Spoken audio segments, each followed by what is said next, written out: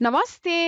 Hello everyone संसारका कुना कुनामा बसेर भर्चुअल नेपाली च्यानल हेरी हामीलाई माया गर्नुहुने हजुरहरू सम्पूर्णलाई हार्दिक स्वागत छ केही समय अघि हाम्रो यो भर्चुअल नेपाली च्यानलमा पोस्ट भएको वाइ वाइ फ्राई वाइ वाइको चटपटे वाइ वाइको सुप र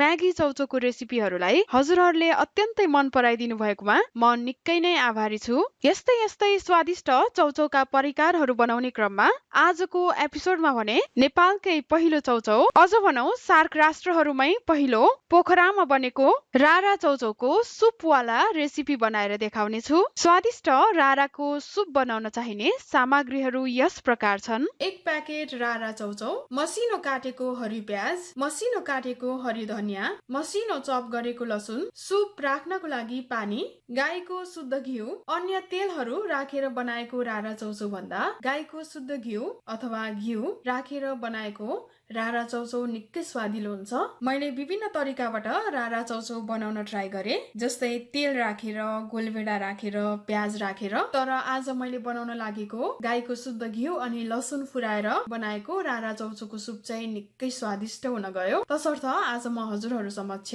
यो रेसिपी सेयर गर्दैछु अन्य चाहिने सामग्रीहरूमा काश्मिरी रातो खोर्सानीको धुलो अन्य खोर्सानी भन्दा काश्मिरी रातो खोर्सानीको धुलो हाल्यो भने चाहिँ चौचौ निकै राम्रो पनि देखिन्छ अनि यो खोर्सानी धेरै पिरो पनि हुँदैन नुन आज म यहाँ हिमालयन सल्टको प्रयोग गर्दैछु हजुरहरूले नर्मल सल्ट प्रयोग गर्नु भए पनि हुन्छ र बेसार सामग्रीहरूको मात्राको लागि तलको डिस्क्रिप्सन बक्समा हेर्नुहोला प्राय सधैँ मैले बनाउने रेसिपीहरूको मात्रा यानि इन्ग्रेडियन्टहरू चाहिँ कति राख्ने भनेर चाहिँ तलको डिस्क्रिप्सन बक्समा हेर्न सक्नुहुनेछ सबैभन्दा पहिला म यो प्याकेट काटेर अहिले पछि चौचौ हाल्नको लागि सजिलो बनाएर राख्नेछु काट्दिए हेर्नुहोस् त अब यसको सिजनिङ पनि काट्दिउँ चौचौको प्याकेट अनि सिजनिङलाई मैले काटेर ठिक्क बनाएर राखिसकेँ अहिले पछि हाल्न सजिलो होस् भनेर यो यहाँ राखौँ अब बनाउन सुरु गरौँ प्यान हल्का तातिसकेको छ अब यो घिउ राखौँ घिउ धेरै ततायो भने घिउमा भएको आवश्यक तत्त्वहरू उडेर जान्छ त्यही भएर घिउ तात्दै गर्दा यो मसिनो चप गरेको लसुन पनि राखिदिउँ अब बिस्तारै चलाइदिउँ गाईको शुद्ध घिउ हुनाले निकै मिठो बास्ना आइरहेको छ मैले आगो अहिले मिडियम हिटमा राखिरहेको छु धेरै हाई पनि बनाउनु हुँदैन अब यो बेसार राखौँ थोरै बेसार काश्मिरी रातो खोर्सानीको धुलो पनि राखौँ लसुन हल्का रातो रातो हुने गरेर भुट्नुपर्छ ताकि लसुनको फ्लेभर यो घिउमा मिसियोस् अब पानी राखौँ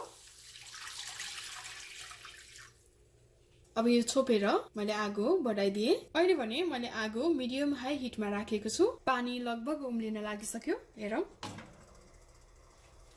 नुन राखौँ र यो हरियो प्याज पनि राखौँ एकपल्ट चलाइदिउँ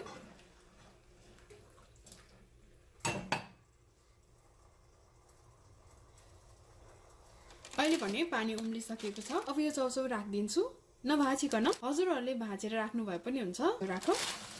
एकपल्ट चलाइदिउँ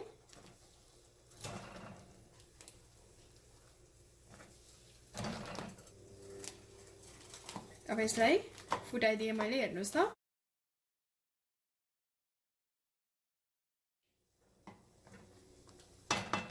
अब यसलाई 2 मिनेटसम्म मिडियम हिटमा राखेर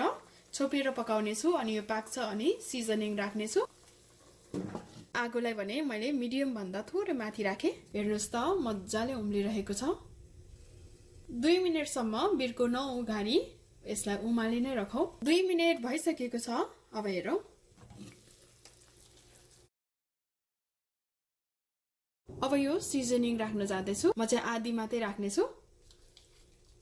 आधी राखौँ सिजनिङमा एमएसजी यानि अजिनोमोटो हुने हुँदा मैले आधी मात्रै राखेँ हेर्नुहोस् त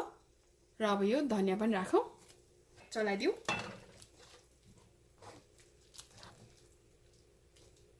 अब 20 सेकेन्ड जति यसलाई हाई हिटमा राखेर उमालौँ अनि यो तयार हुन्छ लगभग 30 सेकेन्ड भइसकेको छ अब बन्द गरौँ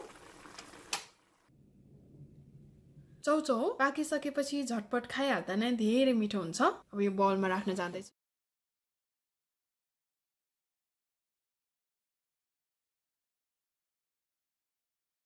निकै मिठो बास्ना आइरहेको छ। हेर्नुस् त निकै राम्रो देखिएको छ। अब यो धनियालाई म यहाँ माथिबाट राख्न जाँदैछु, जसले गर्दा अझ राम्रो देखियो। हेर्नुस् त हजुरहरू पनि यसरी नै बनाएर खानु होला। आजको हाम्रो यो प्रयास हजुरहरूलाई कस्तो लाग्यो? यदि मन पर्यो भने भिडियोलाई लाइक गर्नु होला, कमेन्टमा लेख्नु होला र हाम्रो यो भर्चुअल नेपाली च्यानललाई सब्स्क्राइब गर्न भने नभुल्नु होला।